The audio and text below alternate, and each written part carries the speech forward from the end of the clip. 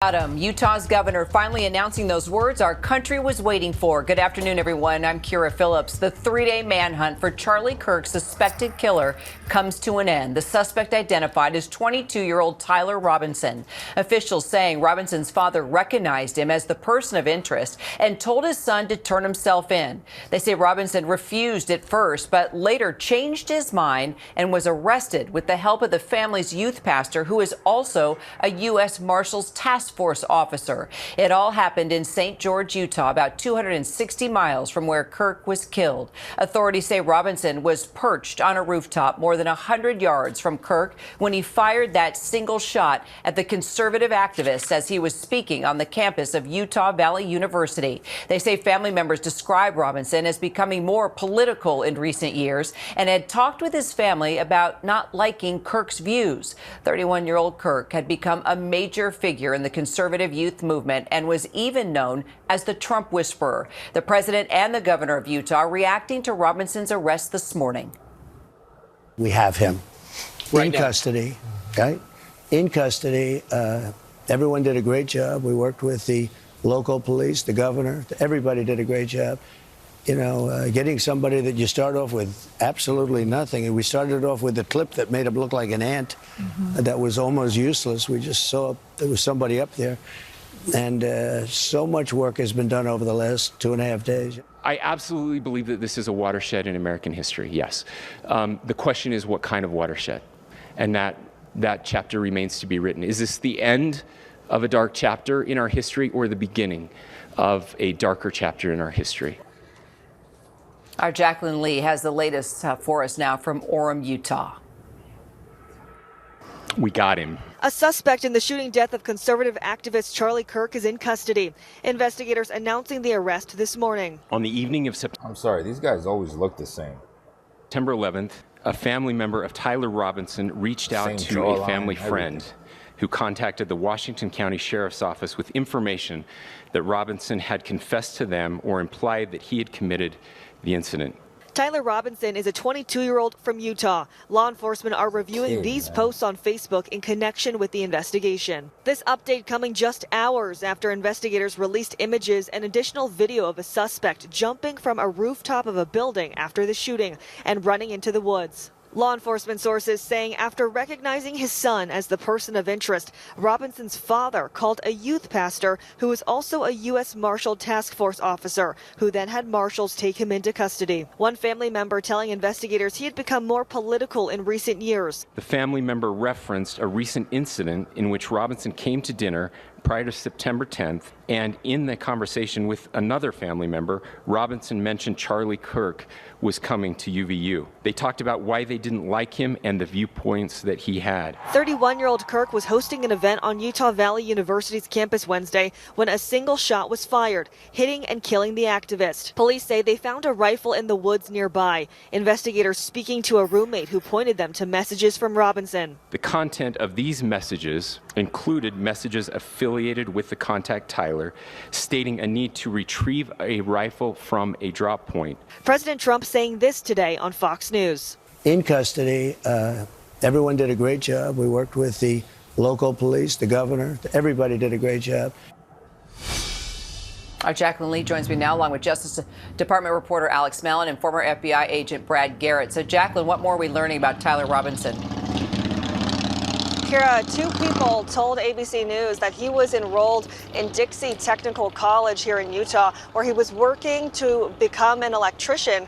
And other friends have told us that he was very gifted until Future thrown away, life lost, a whole country in shock, and people are going to have PTSD. Those kids, especially those people that were there.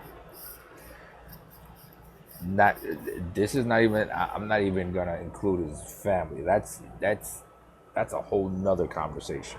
Intellectually, and they never would have imagined that he would potentially be involved in something like this. And one friend telling ABC News that he never spoke about politics really, that he was friendly, but he did keep to himself. But of course, we also heard from officials that he became more political in the last few years, speaking to family members. They say that he was full of hate. So, investigators are really going to be focused on figuring out what exactly shifted for him if he is found guilty of committing this shooting, and what was the real motivation behind it, Kira? Well, Alex, the president is already calling for Tyler Robinson to get the death penalty. Could his comments actually complicate the prosecution? Well, potentially, but remember, we did hear Governor Spencer Cox in a previous press conference intimate that he would also be seeking the death penalty for whenever they did catch their suspect in this case. Yeah, when in a case like this, in every case, you gotta be careful what you say, man. You gotta just keep quiet and let the lawyers handle it. I think more problematic potentially were President Trump's comments to Fox News saying that he wants a more speedy trial for Tyler Robinson. That gets into the more process that prosecutors have to deal with. And I get what he's saying, man, because in this country, this thing will probably drag out for 2-3 years, 4 years before we see anything. Like, I don't understand. Years it takes before we see anything, and then in those 4 years, they'll be like, oh, he's rehabilitated, or oh, he was just going through a tough time, or oh, but he's this and he's that, he's straight, he's gay, he's this. No, he just needs, and then he's off the hook.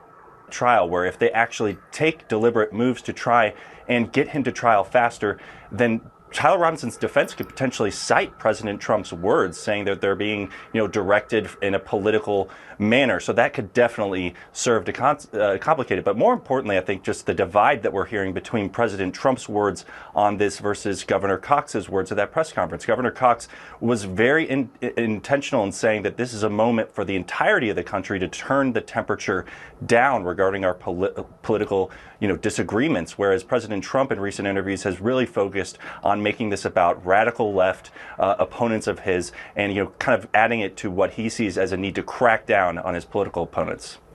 So, Brad, what do you make of the way Tyler Robinson was ultimately arrested here? Well, it's interesting in that obviously he's not a kid that wanted to commit suicide. And at some point, I guess his father confronts him. And initial reporting was that he did admit it, didn't want to turn himself in, but obviously at some point changed his mind. What's going to be interesting, Kara, is what did he say to his father and what did he say to the U.S. Marshal in the hours that he spent with each of them? Did he admit that he did it? My guess is some version of that might be true. Clearly the text messages to his roommate to go retrieve the rifle, describing where it was, and it was wrapped in a towel. I mean, it tells you about somebody who was very, from my perspective, intent in doing what he ultimately did, but didn't have any plan beyond that, based on jumping off the roof, running into the woods, tossing the rifle down, and kept moving, I guess going back to his car and driving, presumably, back to St. George, Utah. So, I don't know. I mean, we don't know motive yet, but it'll come. Well, motive, I'm going to tell you this real quick. I know he got radicalized on the internet. Back in the days, you didn't get radicalized. Like, you'd have to join a cult. You'd have to join a group. Now you can get radicalized on Discord. This kid was on Discord. I promise you he was probably playing a video game, got on some Discord server, and kept every day or every other day, who knows, because you can have it on your phone and everything, and just joined some conversation and got radicalized to the point where he felt like he got to take this guy's life because he doesn't agree with what he's saying. Back in my day, the only thing you knew was, whatever your little circle of friends when we used to go outside and play was. That was the extent of my whatever it was that I knew, was that circle. Whoever you were associated with. Now, you can know things from somebody, if you're in Florida, from somebody in the UK and vice versa. You know what I mean? It's easy to get radicalized now. You got a lot more sources coming in. Not only that, back in my day, not that we were insensitive to things, but we had time to kind of cool down. The cool down period that the governor was talking about, we had time to cool down, because most of our stories came from the news, which they're always lying, but it came from the news. So we saw it on the news. We saw this event. We'll probably see it once, twice, but unless you put that channel on, you're not going to see it again, or unless you read the paper. Most kids aren't going to read the paper, but now my sons are like, Dad, you see what happened?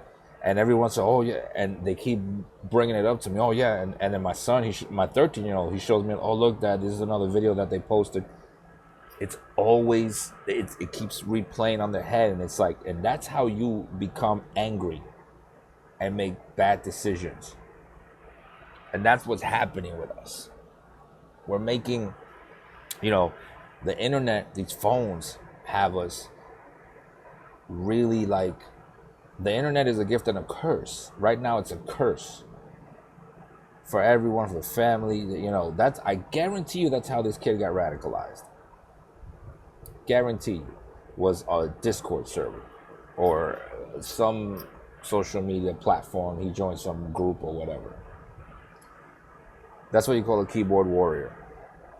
Guarantee you. That's how it was. Also, as far as I knew this wasn't done by a professional. I was in the military. I wasn't a sniper, but we all go through BRM, basic rifle marksmanship. And we learned to shoot from 50 to 300 yards. Meters, sorry. He was like, I forgot how far it was. He was like, 200 yards or something like that. That's not with a long rifle and a scope. A lot of people can do it. You know what I mean? The scope makes everything a lot of the optics make everything a lot easier. There's some people that can do it with iron sights. Iron sights means no scope. You got the sights that are on the actual weapon. But and I knew it wasn't professional. One, because, and I hate to bring this up, the way he was hit, where he was hit, and where the shooter was. He was on a rooftop. A sniper, he was on an open, like it was very open. A sniper, a professional, is not going to be open like that. It's not going to be in the open, like too open. He'll be shooting from a window. He'll be shooting from, you know what I mean? Most, I'm not, but yeah, this was unfortunate. We're going to keep seeing this. And again, it comes down to, we need to learn to, you don't like what somebody's saying, you don't agree with it, okay, that's it. That's where it ends. You just don't agree with it. You can talk about it. Look, this is why I disagree with you, if you're able to talk to them. If not, leave it alone. Go do you. Doesn't matter who the president is, Democrat or Republican, Biden, Trump, doesn't matter. We've been conditioned, and I know we've all seen it, to hate Trump no matter what he says. He could say, I'm saving every baby that's holding a kitten, and they'll find something bad. We are conditioned to hate. We're all being radicalized to hate the left and the right. I've never hated left and right so much. I grew up as a Democrat because that's what I was supposed to be. I thought all Republicans were suit-wearing devils. That's what I was taught. I grew up in New York, but then I grew up and I saw life for myself. I did my own kind of living and soul searching, and I was like, I don't know. It's kind of not my thing. You know what I'm saying? I don't really agree with all of this. I agree with some of it, but not all of it. So I kind of, pushed away from everything. I'm not super right. I'm not super left. I'm just don't agree with a lot of stuff.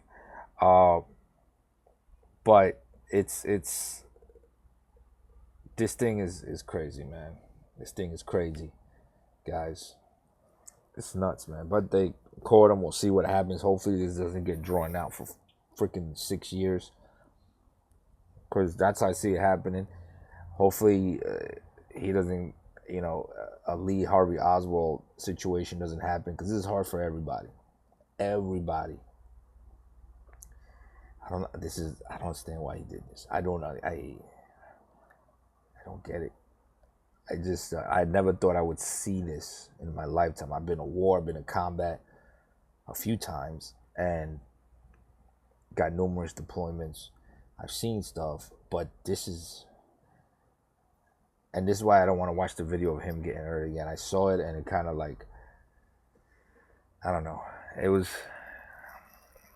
It's surreal to see it, especially on him. I'm like, you know, not that I expect it for everyone else, but it's like you kind of do expect it for it to be some politician, like the president or something, you know what I mean? Not that I want it to happen to anybody. I don't care who they are. I don't want this to happen to anyone, but it's just crazy, man. It's just crazy. Anyway, that's all I got, guys. This is nuts, man. I'll see you guys on the next smoke.